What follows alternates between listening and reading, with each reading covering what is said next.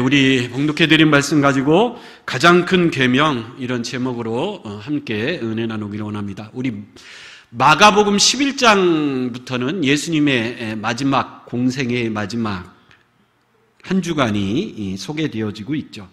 첫째 날은 예수님이 나귀 새끼를 타고 예루살렘에 입성하시죠. 그때 많은 사람들이 종려나무 가지를 들고 나와서 예수님을 호산나 호산나 맞이했습니다.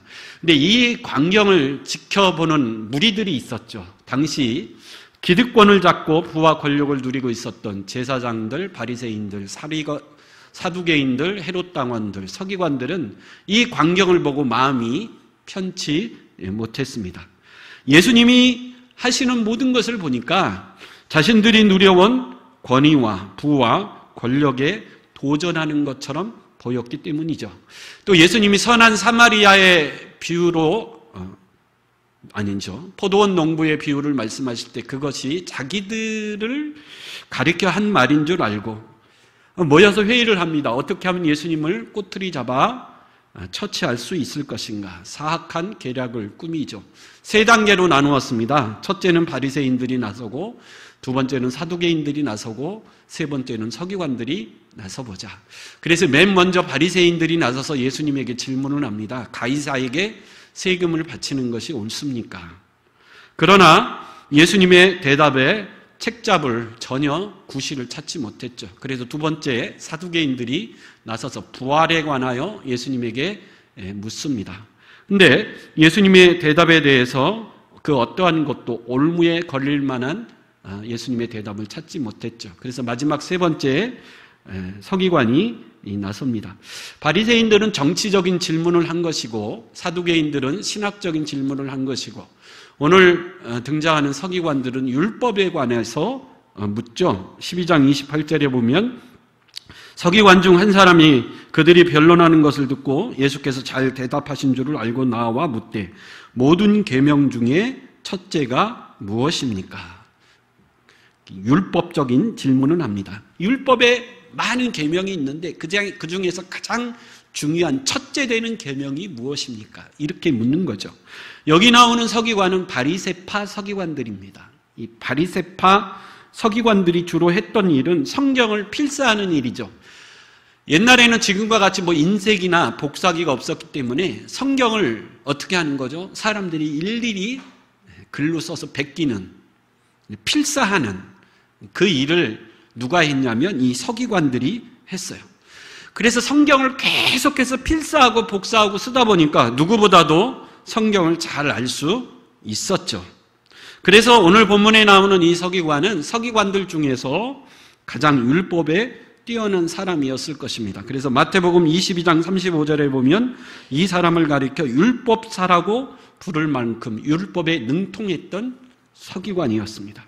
이 서기관이 묻는 거죠. 모든 계명 중에 가장 중요한 첫째 되는 우선되는 계명이 무엇입니까? 이 질문을 한 이유는 두 가지 정도 생각해 볼 수 있습니다. 가장 중요한 이유는 예수님의 대답을 통해 시험에서 넘어뜨리려는 목적이 가장 큰 것이지만 또 하나의 목적이 있었는데 당시 바리새인들이나 유대인들은 이 수많은 계명 중에 어느 것을 귀히 여기고 우선해야 되는지 그 문제로 결정을 아직 짓지 못했기 때문입니다. 여러분, 당시 바리새인들은 성경을, 율법을 열심히 연구했죠. 그랬더니 율법에 613개의 계명, 율법이 있다. 그렇게 잘 정리를 했어요. 613개 중에 뭐뭇을 해라가 248개입니다. 안식일을 지켜라, 11조를 지켜라, 절기를 지켜라. 이렇게 뭐뭐를 하라는 계명이 248개의 계명이고 반대로 무엇을 하지 말라, 살인하지 말라, 우상을 섬기지 말라, 이렇게 뭐뭐를 하지 말라는 계명이 35개입니다. 그래서 어떤 분이 그렇게 얘기를 했어요. 왜 하지 말라가 365개인가? 1년이 365일이니까 매일 하나씩 하지 말라. 그런 의미에서 365개의 하지 말라는 계명을 주셨고 하라는 계명은 왜 248개를 주셨는가? 여러분, 인간의 뼈가 248개라 그럽니다. 정확한지는 모르겠어요. 그래서 이 248개의 계명이 율법의 뼈대와 같은 계명이다. 이렇게 또 정리를 하는 분도 있더라고요. 근데 중요한 건 이거죠.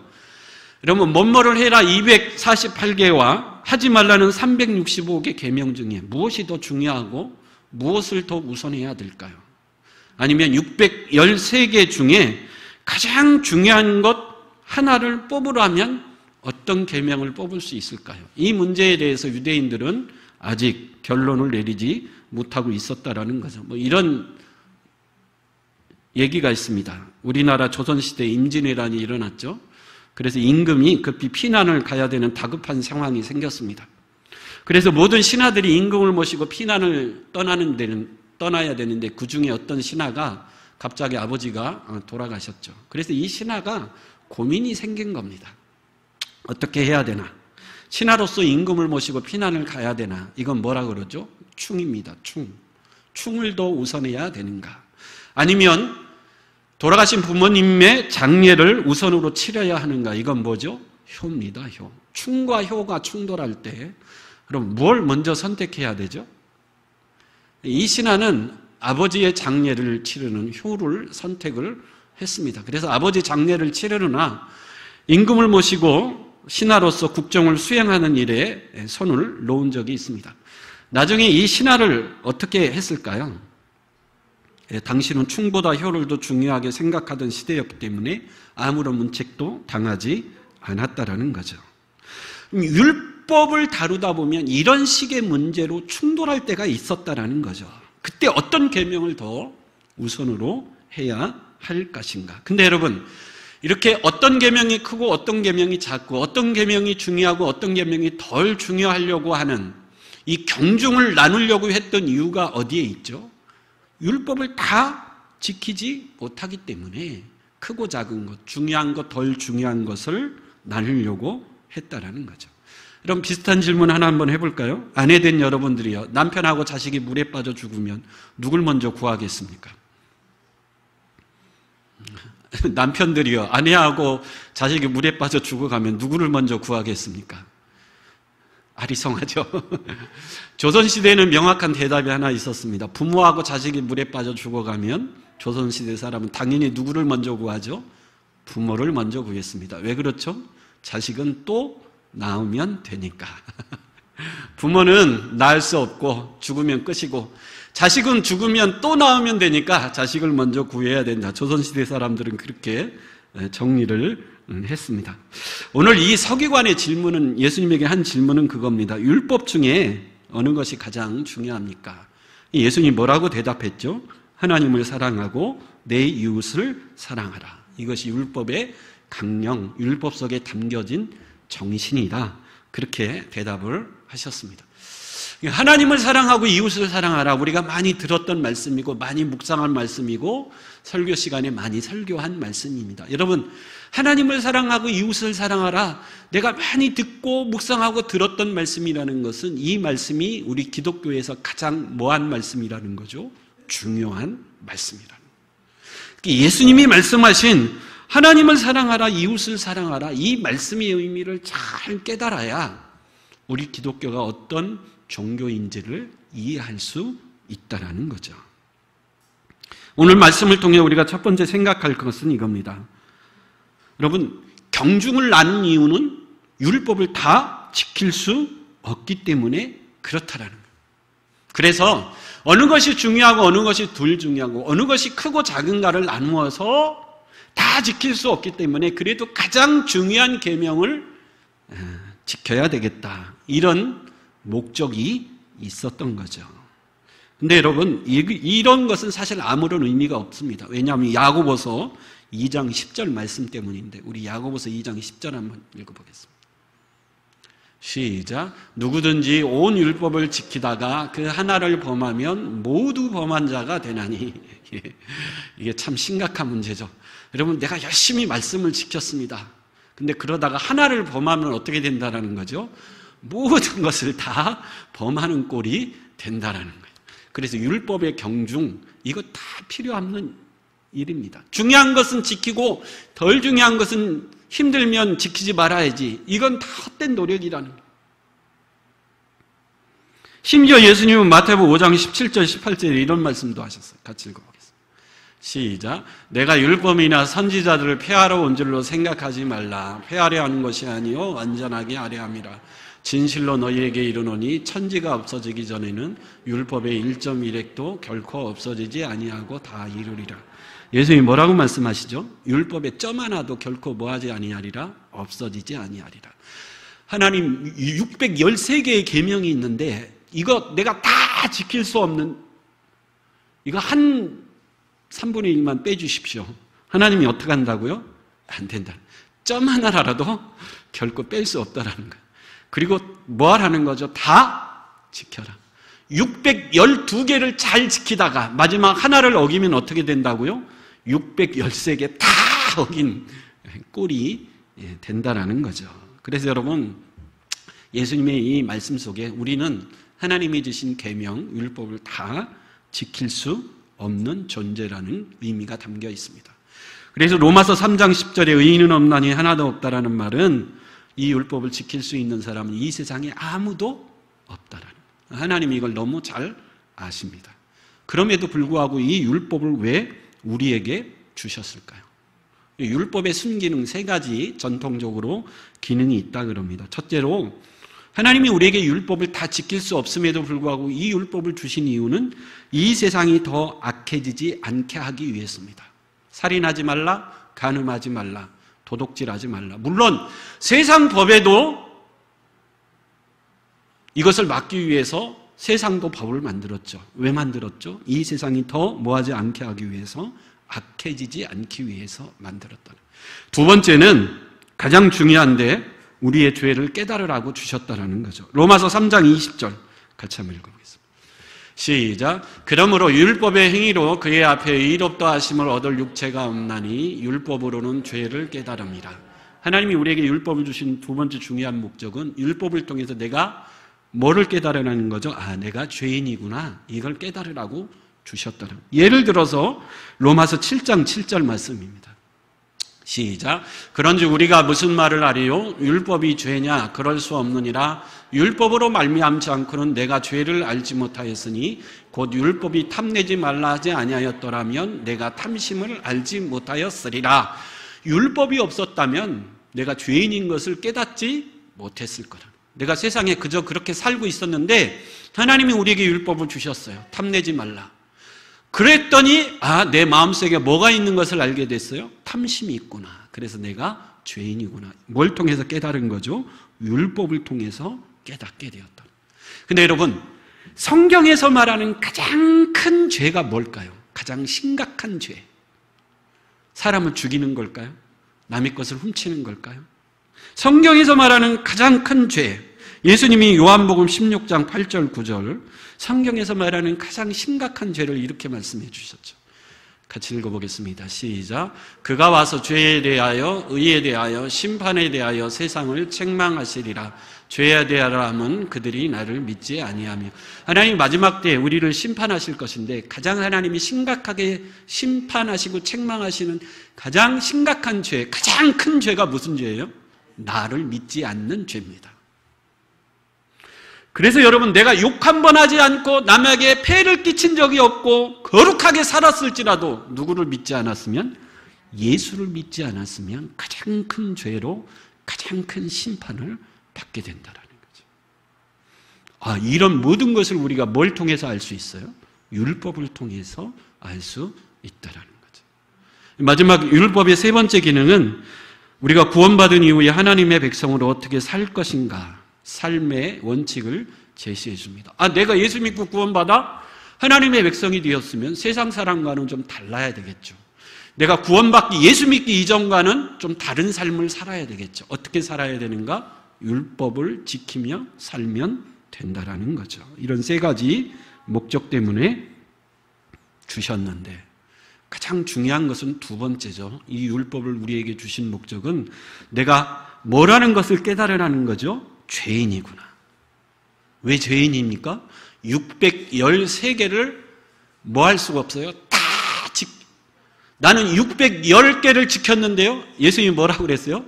다 지키고 마지막 하나를 어기면 뭐 한 거다? 다 어긴 거다. 그래서 여러분, 나는 613개를 온전히 다 지킬 수 없고 이 613개의 율법을 다 지킬 수 있는 사람은 이 세상에 있어요, 없어요? 아무도 없다라는 겁니다. 예수님이 이 세상에 왜 오셨죠? 아무도 이 율법을 다 지킬 수 없는데 예수님은 이 세상에 오셔서 이 613개의 율법을 뭐 했죠? 다 지켰습니다. 우리 아까 읽었던 마태복음 5장 17절 말씀 한번 읽어보겠습니다.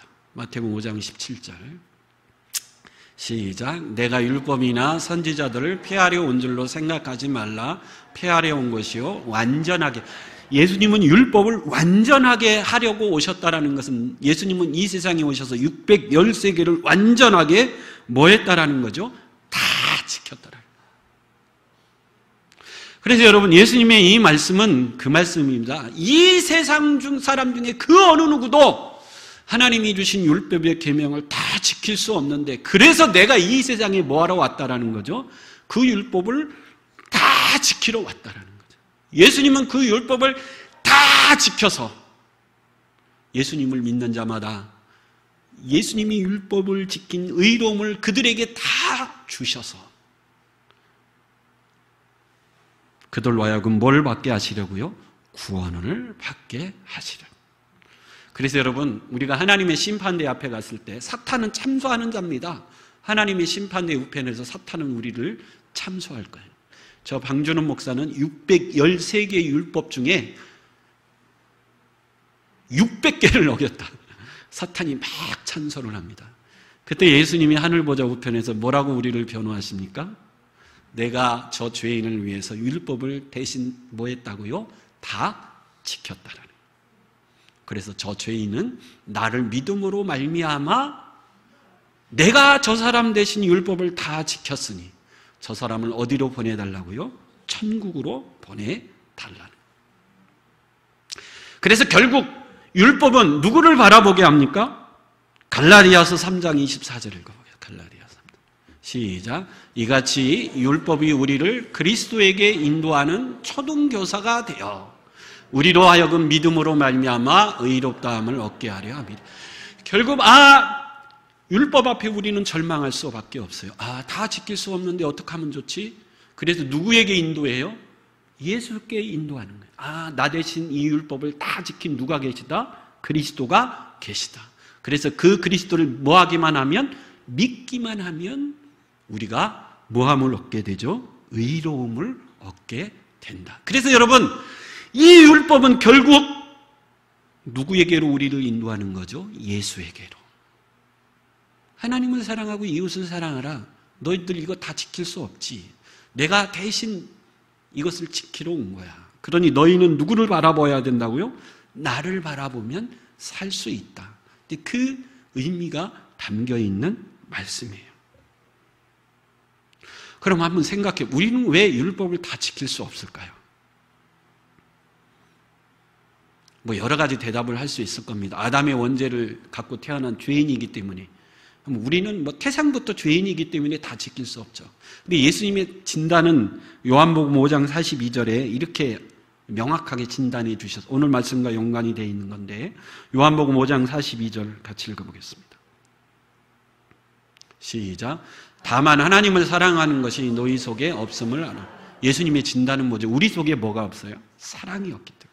누구를 사랑하는 사랑이 없죠? 하나님을 사랑하는 사랑. 없기 때문에 나는 사랑이 있는데 여러분 자녀를 사랑합니까? 안 사랑합니까? 사랑하죠. 나는 내 안에 사랑이 있는데 왜 사랑이 없다 그럴까? 이렇게 생각하고 예수님을 찾아온 사람이 있습니다. 누가복음 10장에 그런 마음을 가지고 예수님을 찾아온 한 사람이 있어요. 우리 요한복음 10장 25절에서 29절 같이 읽어보겠습니다. 시작. 어떤 율법사가 일어나 예수를 시험하여 이르되 선생님 내가 무엇을 하여야 영생을 얻으리이까? 예수께서 이르시되 율법에 무엇이라 기록되었으며 내가 어떻게 읽느냐? 대답하여 이르되 내 마음을 다하며 목숨을 다하며 힘을 다하며 뜻을 다하여 주 너희 하나님을 사랑하고 또한 내 이웃을 내 자신과 같이 사랑하라 하였나이다. 예수께서 이르시되 내 대답이 옳도다. 이를 행하라. 그러면 살리라 하시니 그 사람이 자기를 옳게 보이려고 예수께 여짜오되 그러면 내 이웃이 누구이니까? 예수님을 찾아온 이 율법사는 율법의 계명이 하나님을 사랑하고 이웃을 사랑하라는 핵심이라는 것을 알았어요. 그리고 자신이 있었어요. 나는 하나님을 사랑하고 이웃을 사랑했다. 그래서 예수님에게 와서 자신 있게 묻는 겁니다. 예수님, 어떻게 해야 영생을 얻을 수 있습니까? 예수님이 뭐라고 그래요? 율법에 뭐라고 기록되어 있느냐? 자신 있게 대답했죠. 하나님을 사랑하라 하고 이웃을 사랑하라 그랬습니다. 예수님이 그랬죠. 그럼 그렇게 해. 그럼 영생을 얻을 수 있어. 그 율법사가 자신 있게 대답한 겁니다. 나는 하나님을 사랑했습니다. 근데 두 번째 걸려요. 뭐가 걸린 거죠? 이웃을 사랑하라가 좀 찜찜합니다. 그래서 예수님께 물은 거죠. 나는 하나님을 사랑했습니다. 그건 자신 있게 이야기할 수 있습니다. 근데 이웃을 사랑하라 그랬는데 내가 사랑해야 될 이웃이 누굽니까? 예수님에게 물은 거죠. 예수님이 그 질문을 받고 그 유명한 섬한 사마리아의 비유의 말씀으로 가르쳐 주셨어요. 사마리아 사람이 어떤 사람이 예루살렘을 떠나 사마리아로 가다가 강도를 만나 거반 죽게 되었습니다. 제사장도 보고 지나갔고 레위인도 보고 지나갔는데 누가 그를 치료해주고 살려줬죠? 사마리아 사람. 그래서 예수님이 물었습니다. 36절, 37절 같이 읽어볼까요? 시작. 내 생각에는 이 세 사람 중에 누가 강로 만난 자의 이웃이 되겠느냐? 이르되 자비를 베푼 자니이다. 예수께서 이르시되 가서 너도 이와 같이 하라 하시니라. 이게 무슨 말이죠? 누가 내 이웃입니까? 물으니까 예수님이 뭐라고 그랬어요? 강도 만난 사람 입장에서 누가 이웃이겠느냐? 여러분, 강도 만난 사람의 입장에서 누가 내 이웃이죠? 나를 도와준 사람. 이게 무슨 말이냐면 여러분, 하나님을 사랑하고 이웃을 사랑하라고 말할 때 이 사랑은 내 속에는 사랑이 있는데요. 예수님은 네 안에는 사랑이 없다 그래요. 근데 내 속에는 사랑이 있는데요. 근데 여러분, 내 안에 있는 사랑은 어떤 사랑이죠? 내가 사랑하고 싶은 사람을 사랑하고 내가 주고 싶은 사람에게 주는 사랑이에요. 근데 예수님이 말하는 사랑은 뭐죠? 그건 아니라는 거예요. 성경이 말하는 사랑은 뭐죠? 내가 주기 싫은 사람에게 뭐 하는 사람? 주는 사람. 내가 정말 사랑하기 싫은 사람을 뭐 하는 사랑이죠? 사랑하는 사랑. 이 사랑이 있냐는 거예요. 하나님은 우리를 사랑하셨어요. 근데 하나님이 우리를 보기에 사랑할 만하니까 사랑했나요? 아니요. 하나님이 우리를 보기에 우리는 죄인 중에 뭐죠? 괴수고 지옥 갈 수밖에 없는 더러운 죄인입니다. 결코 하나님이 쳐다보기도 싫은 우리인데 근데 하나님은 우리를 뭐 한 거죠? 사랑하셨어요. 사랑을 주셨어요. 자기 아들을 아낌없이 주셨어요. 그래서 여러분 마태복음 5장 46절 말씀 읽어볼까요? 시작. 너희가 너희를 사랑하는 자를 사랑하면 무슨 상이 있으리요? 세리도 이와 같이 하느니라. 내가 사랑하고 싶은 사람, 내가 사랑을 주고 싶은 사람을 사랑하고 사랑을 주는 것은 소용없다라는 거예요. 세리도 이같이 하고 이방인들도 이같이 한다라는 거예요. 하나님의 사랑은 어떤 사랑이라고요? 내가 정말 꼴보기 싫은 사람, 내가 정말 미운 사람, 그 사람을 뭐한 사랑이라고요? 사랑하는 사랑. 이 사랑이 너희에게 있느냐? 주님이 보시기에는 없다라는 거예요. 그래서 여러분, 우리 인간을 가르쳐 그러시다 그럽니다. 우리가 그런 사랑을 하려면 먼저 그런 사랑을 내가 뭐 해야 돼요? 받아야 돼요.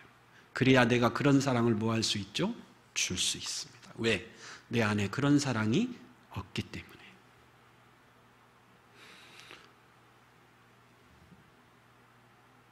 그래도 나는 내 자식을 사랑하는데요. 여러분, 왜 자식을 사랑합니까? 내 부모에게 그 사랑을 내가 뭐 했기 때문에? 받았기 때문에. 내 사랑이 그릇에 담겨졌기 때문에 줄 수 있는 거예요. 나는 부모에게 그런 사랑을 받아본 적이 없는데, 아니요. 누군가로부터 그 사랑을 내가 받았기 때문에 줄 수 있는 거예요. 할머니에게 받았을 수도 있고, 친구에게 받았을 수도 있고, 스승에게 받았을 수도 있고, 우리는 사랑을 받아야, 빈 그릇에 그 사랑이 채워져야 우리는 뭐 할 수 있죠? 줄 수 있어요. 그래서 로마서 5장 5절에서 6절, 오늘 성경을 좀 많이 읽는데 같이 읽어보겠습니다. 시작. 소망이 우리를 부끄럽게 하지 아니함은 우리에게 주신 성령으로 말미암아 하나님의 사랑이 우리 마음에 부은 바 됨이니. 아멘. 우리가 아직 연약할 때의 기약대로 그리스도께서 경건하지 않은 자를 위하여 하나님이 먼저 그 사랑을 우리에게 뭐 했다 그러죠? 부어주셨다. 하나님이 우리에게 부어주신 사랑은 어떤 사랑입니까? 자신의 아들 예수 그리스도를 우리를 위하여 아낌없이 십자가에 죽으신 그 사랑을 우리에게 한량없이 성령을 통해 뭐한 거죠? 부어주신 거예요. 내 그릇에 그 사랑이 채워졌으니 이제 나도 이 사랑을 뭐 할 수 있는 거죠? 줄 수 있는 거예요. 여러분, 예배가 왜 중요합니까?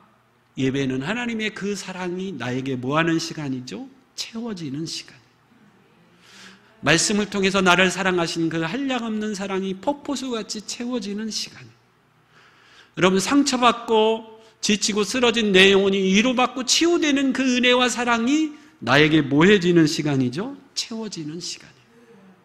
그래서 내가 누구에게인가 사랑을 주기 전에 여러분, 하나님에게 나를 향하신 그 하나님의 사랑이 충분히 채워질 수 있는 저와 여러분들이 될 수 있기를 간절히 축원합니다. 돌아온 탕자의 비유에서 이 말씀을 하고 마칩시다. 첫째 아들이 있고 둘째 아들이 있는데 교회 안에는 첫째 아들이 많아야 될까요? 둘째 아들이 많아야 될까요? 탕자가 많아야 될까요? 아버지 곁을 굳굳이 지킨 첫 아들이 교회에 많아야 될까요? 여러분, 둘째 아들은 세상에서 방탕하다가 탕자처럼 살다 온 공인 탕자입니다. 근데 교회는 이 둘째 아들이 많아야 돼요. 여러분, 둘째 아들이 왜 많아야 되죠? 둘째 아들은 웬만해서 남을 정죄하지 않고 다 용서합니다. 집사님, 그런 거 별거 아니에요. 저는 옛날에 더 했어요. 그리고 웬만하면 정죄하지 않습니다.